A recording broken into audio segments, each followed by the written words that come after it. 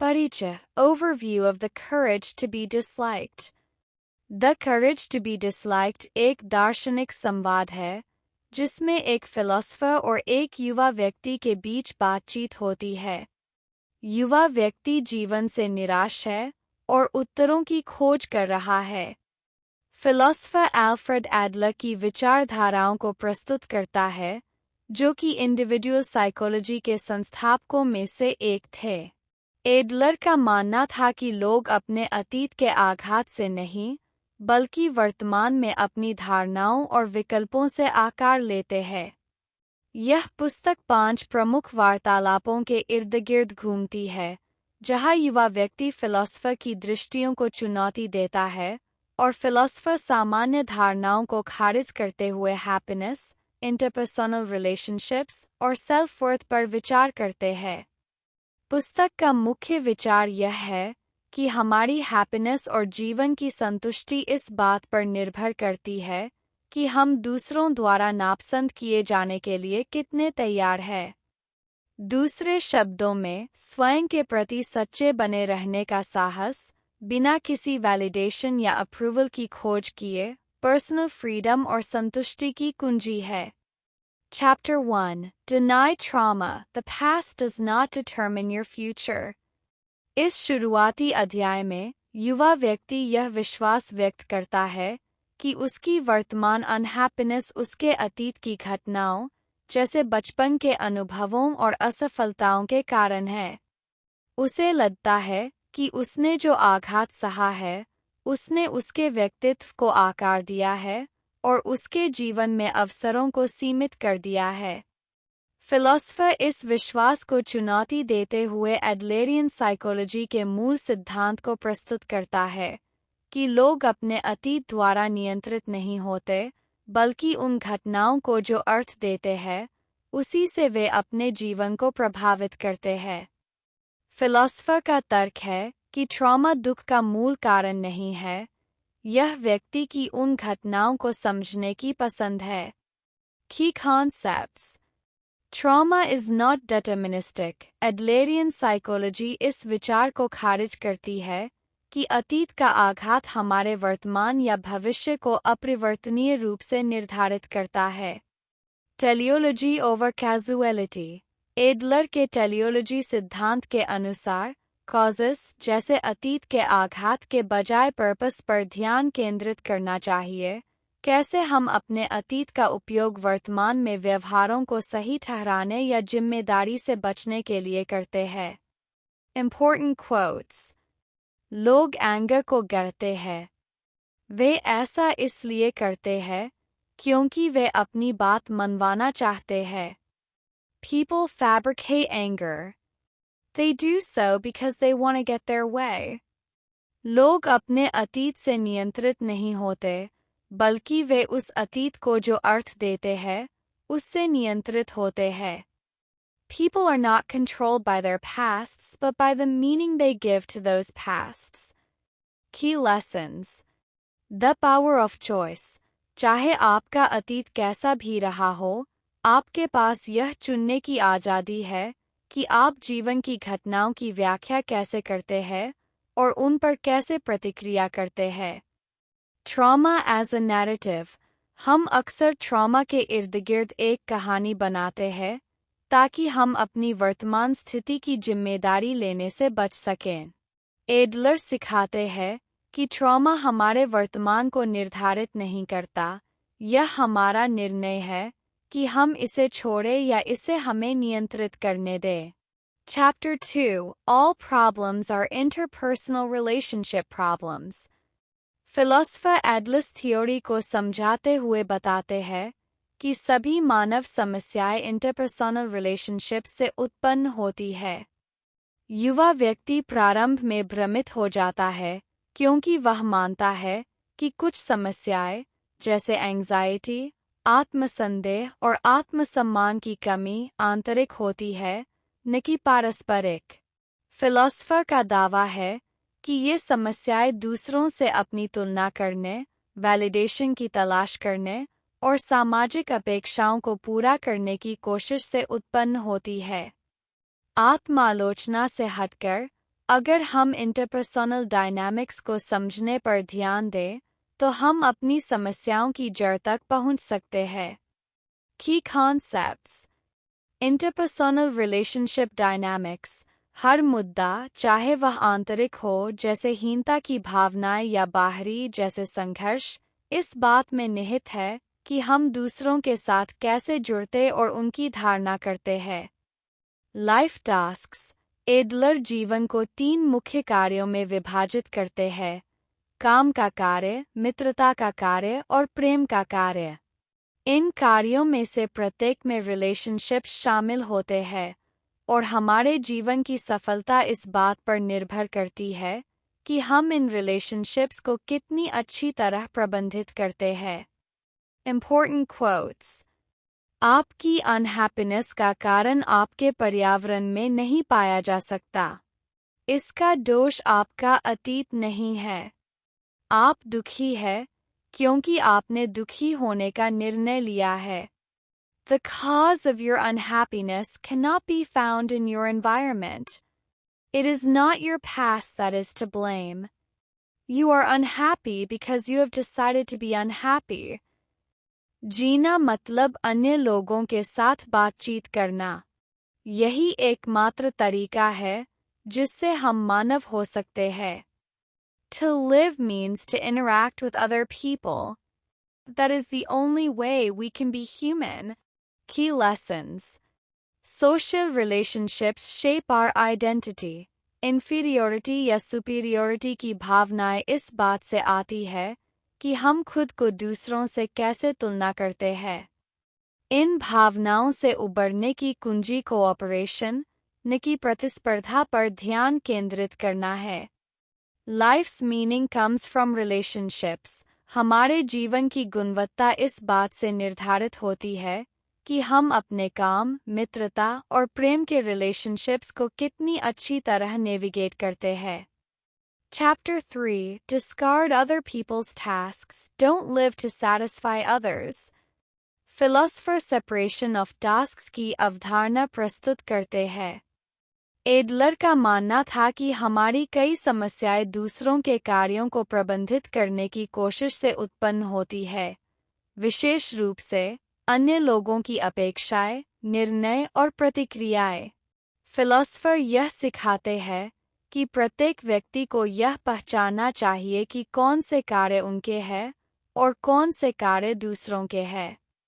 वह बताते हैं कि एंजाइटी अक्सर उन कार्यों में हस्तक्षेप करने से उत्पन्न होती है जो हमारे नहीं है, जैसे कि यह चिंता करना कि दूसरे हमें कैसे देखते हैं या दूसरों की भावनाओं को नियंत्रित करने की कोशिश करना। की concepts. Separation of tasks.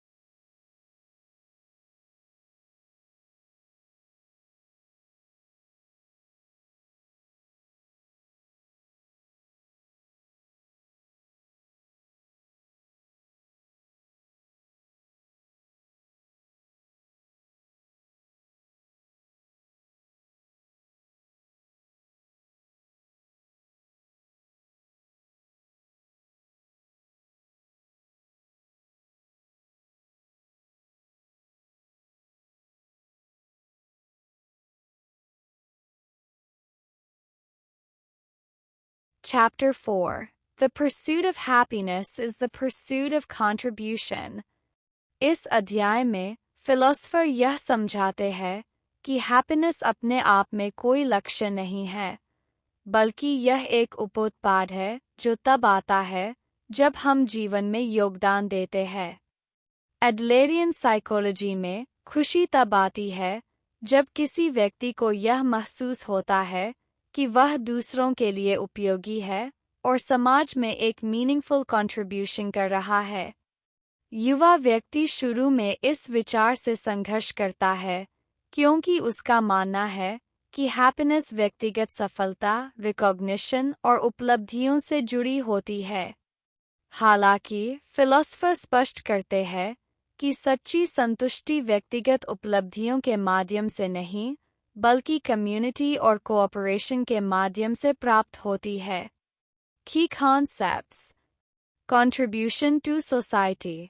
Adler का मानना था कि किसी व्यक्ति का सेंस ऑफ वर्थ और खुशी सीधे तौर पर उसके कम्युनिटी या समाज में योगदान से जुड़ा होता है। व्यक्तिगत ग्रोथ तब होती है जब कोई प्रतिस्पर्धा करने के बजाय योगदान देने की कोशिश करता है।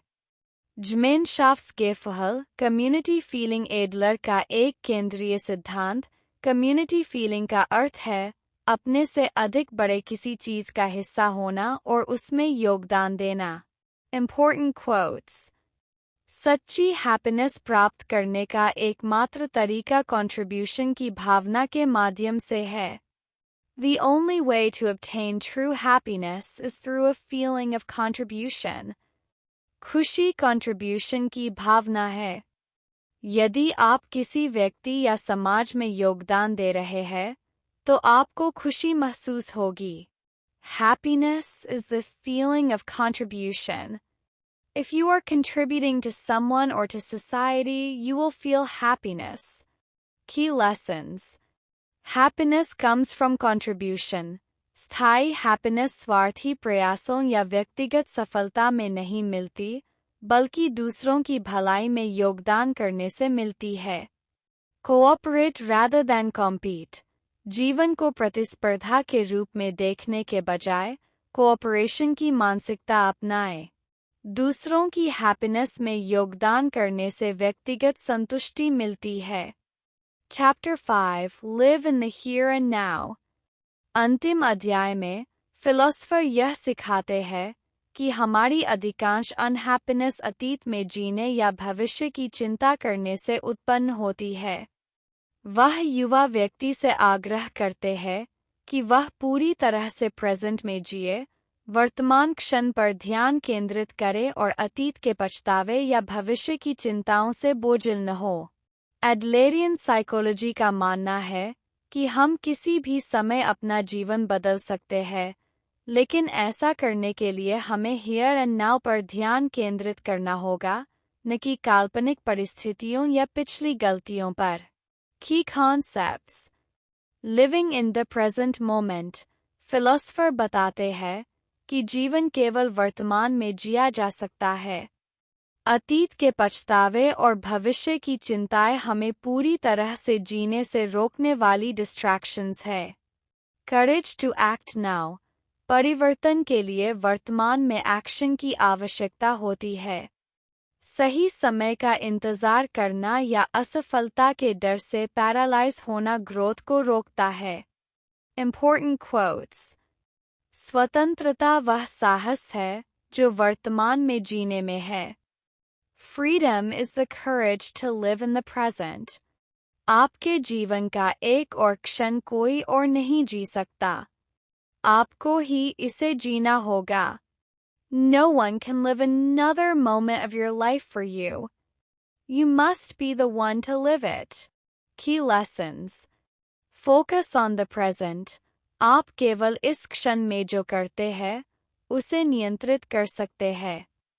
अतीत की गलतियों या भविष्य की चिंताओं को आपको आज एक्शन लेने से पीछे न हटने दें।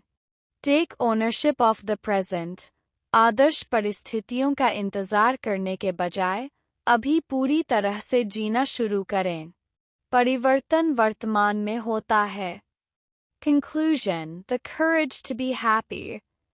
फिलोसफर यह बताते हुए पुस्तक के केंद्रीय संदेश पर जोर देते हैं कि हैप्पीनेस एक चॉइस है और इसके लिए खुद के प्रति सच्चे रहने का साहस होना चाहिए, भले ही इसका मतलब हो कि अन्य लोग आपको नापसंद करें। युवा व्यक्ति यह समझता है कि प्रामाणिक रूप से जीना, समाज में योगदान देना और बाहरी वैलिडेशन पर निर्भर न रहना ही एक पूर्ण और अर्थपूर्ण जीवन की कुंजी है। वह समझता है कि हैप्पीनेस भीतर से आती है और दूसरों की स्वीकृति पर निर्भर नहीं करती। की concepts. Happiness is a choice. Happiness वह है जिसे आप अपने लिए अपने वर्तमान में किए गए सचेत निर्णयों के माध्यम से बनाते हैं। यह कोई ऐसी चीज नहीं है जो संयोग से आपके साथ घटित हो। The courage to be disliked. प्रामाणिक रूप से जीने का अर्थ है यह स्वीकार करना कि हर कोई आपकी पसंदों को पसंद नहीं करेगा या उनसे सहमत नहीं होगा, और यह आपकी फ्रीडम का हिस्सा है जो आपको अपने मूल्यों के अनुसार जीने की अनुमति देती है। Important quotes। खुश रहने का साहस भी नापसंद किए जाने का साहस शामिल करता है। The courage to be happy also includes the courage to be disliked। आप वही है जो यह तय करते हैं कि आपका जीवन क्या होगा। You are the one who decides what your life will be। Key lessons। Happiness is self-determined। आप अपनी हैप्पीनेस को नियंत्रित करते हैं और यह ऐसी चीज नहीं है जिसे बाहरी वैलिडेशन से प्राप्त किया जाए। Courage to be authentic. एक खुशहाल जीवन जीने के लिए आपको अपने प्रति सच्चे रहना चाहिए और यह स्वीकार करना चाहिए कि हर कोई आपकी पसंदों को स्वीकृत नहीं करेगा। Key takeaways from the courage to be disliked। You are not a product of your past। अतीत के आघात या असफलताएं यह परिभाषित नहीं करती कि आप कौन हैं या क्या बन सकते हैं। आप किसी भी क्षण अपने जीवन को बदलने का चुनाव कर सकते हैं, वर्तमान में अपने कार्यों और दृष्टिकोणों पर ध्यान केंद्रित करके। All problems are interpersonal problems। मानव समस्याएं, चाहे आंतरिक हों या बाहरी, इस बात से उत्पन्न होती है कि हम दूसरों से कैसे संबंध रखते हैं। अपने रिश्तों में सुधार करके और दूसरों को कोऑपरेशन के रूप में देखने से कई समस्याओं का समाधान हो सकता है। Focus on your own tasks. अपनी ऊर्जा दूसरों के विचारों, भावनाओं या कार्यों को नियंत्रित करने में बर्बाद न करें। अपनी जिम्मेदारियों और जीवन के विकल्पों पर ध्यान दें। Happiness comes from contribution. सच्ची संतुष्टि दूसरों की मदद करने और समाज में योगदान करने से मिलती है। केवल व्यक्तिगत उपलब्धियां स्थायी हैप्पीनेस नहीं ला सकती। Live in the present. अतीत पर ध्यान न दें या भविष्य की चिंता न करें। आपकी हैप्पीनेस और ग्रोथ इस बात पर निर्भर करती है कि आप वर्तमान क्षण में कितनी पूरी तरह से जी रहे हैं। The courage to be disliked. प्रामाणिक रूप से जीने की कुंजी यह स्वीकार करना है कि हर कोई आपको पसंद नहीं करेगा या आपकी पसंदों को स्वीकृत नहीं करेगा। सच्ची फ्रीडम इस वास्तविकता को अपनाने और खुद के लिए जीने से आती है। The courage to be disliked by Ichiro Kashimir Fumitake खोगा व्यक्तिगत फ्रीडम और हैप्पीनेस की गहन खोज है, जिसे एडलरियन साइकोलॉजी के दृष्टिकोण से देखा गया है। यह पाठकों को प्रामाणिक रूप से जीने, समाज में योगदान करने और अप्रूवल की आवश्यकता को छोड़ने की शिक्षा देती है, जिससे उन्हें वर्तमान में सच्ची हैप्पीनेस और संतुष्टि मिलती है।